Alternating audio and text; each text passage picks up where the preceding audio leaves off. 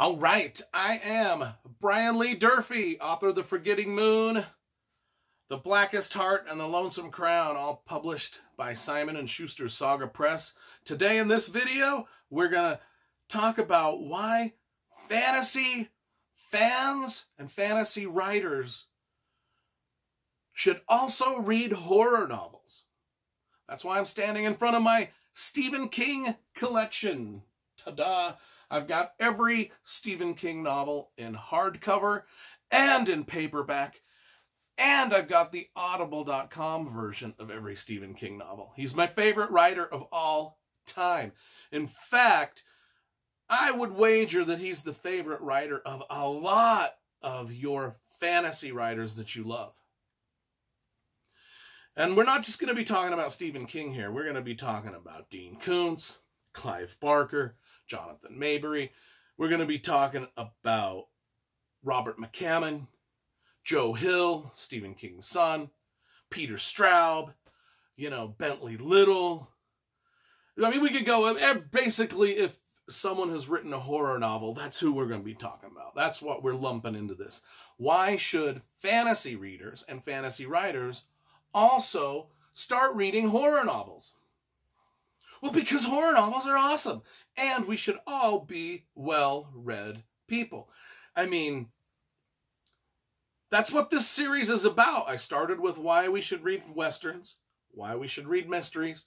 We're going to be doing why we should read thrillers, why we should read historical fiction, why we should read romance, or should we not read romance? Anyway, you get the point. I'm going to go through all the genres in this series of YouTube videos. Part of my writing advice: horror novels. What can we gain out of horror novels? If all we want to do is read epic fantasy, if that's our favorite thing, or if we want to write epic fantasy, specifically this is more geared towards writers as opposed to fans. Fans, here's my advice. Fans, if you follow along in this video, if you love fantasy books as fans and you were thinking of branching out to science fiction horror, yes, please do. You'll be delighted at what you find out there, especially in the horror genre. But this is going to be more geared towards writers. What can you glean from a horror novel that will help you in your writing of a fantasy novel? Well, you could glean a whole hell of a lot. Let's just start with Stephen King and It. Let's just talk about It. Think about the movie and the characters in It, those young characters, and how Stephen King gets you to believe that those characters are friends, and they're good friends, and that they're pulling for each other. Everything, study the way Stephen King sets up those scenes, all of those scenes with those characters, and how they interplay with each other, and how they interact with each other, and how they interact with their environment. And you can also apply that to your characters in your fantasy novels. For instance, each one of those characters has a backstory. One's got a very abusive mother.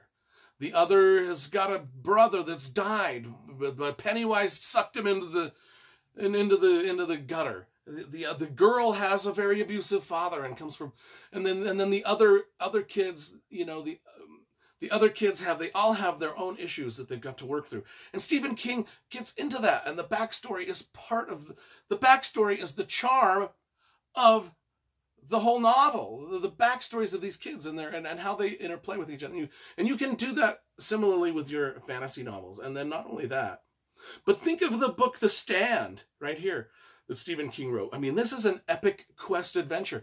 Look at how Stephen King starts The Stand with just the epic quest nature of it, where it's an apocalyptical world and people are sort of meeting and bumping into each other along their quest. And notice how Stephen King sets up all those interactions and how all those people because a lot of our fantasy novels involve quests.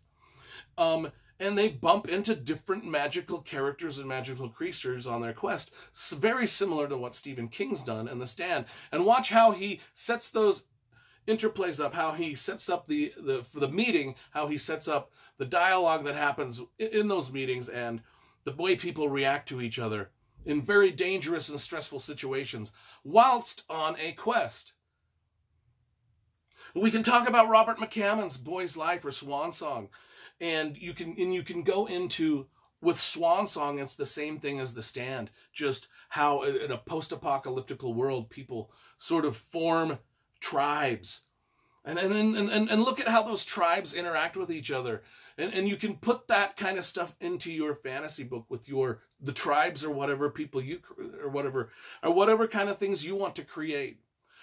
On top of that, because all of these authors like Clive Barker does it great.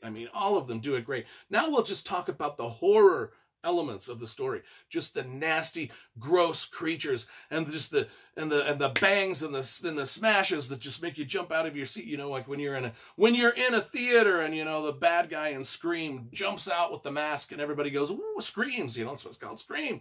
You can put those kind of things into your fantasy novels, and it will just add to the tension. Look at how Clive Barker describes his evil villains and some of the evil creatures. Watch how Robert McCammon does the same thing, and Peter Straub, and Stephen King, just the evil creatures and the evil villains. Just see how he sets them up and how he makes them creepy. And how he sometimes the creepiness is in just the way that he hides the details of what they look like.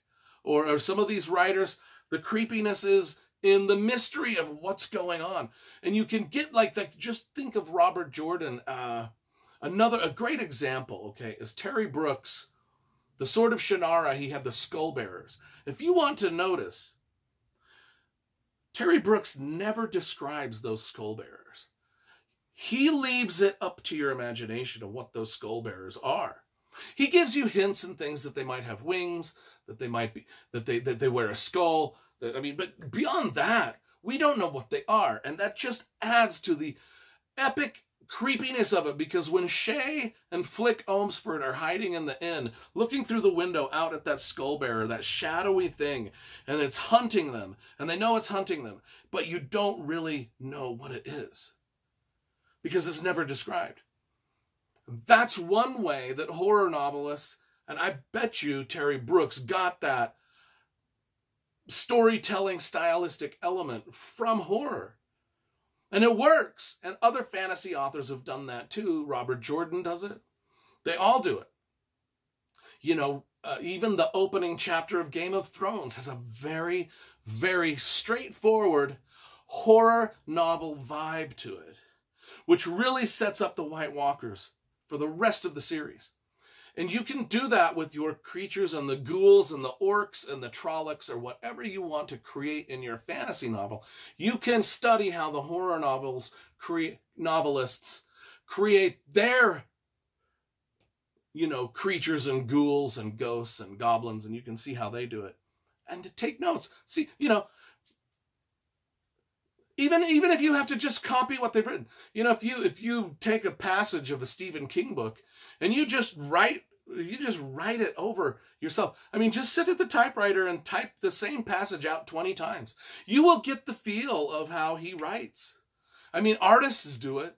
Artists, that's how artists learn. They take a Van Gogh and they just slavishly copy what Van Gogh did over and over and over and over until they get that, so they get the style down, and then they can create their own style from that.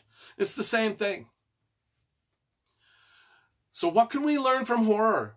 We can learn to set up the tension, to give the readers a chilling effect when your evil goblins come through. And not only that, but pay attention to some of Stephen King and these other writers' other works like, The Dead Zone or Cujo or any of these kind of things where it's not just the evil dog it's some of the characters. Some of the humans in these stories are almost as horrific as the monsters. Like, who is more horrific, Cujo or the guy from The Shining that kills his family?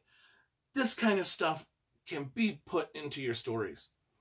And you can study it from the horror masters, and then when you put it into your epic fantasy, it's just all the more colorful. That's why, now if you're just a reader and you want to just read good books, Horror is not that far away from epic fantasy. I mean, they're pretty much aligned. I imagine if you're watching this video and you're already reading a lot of epic fantasy, many of you have already read a lot of Stephen King.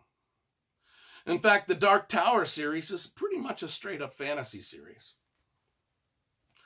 Well, I hope you enjoyed that little lesson on why epic fantasy fans and writers should read horror novels. So, we'll just say goodbye. Pennywise will say goodbye.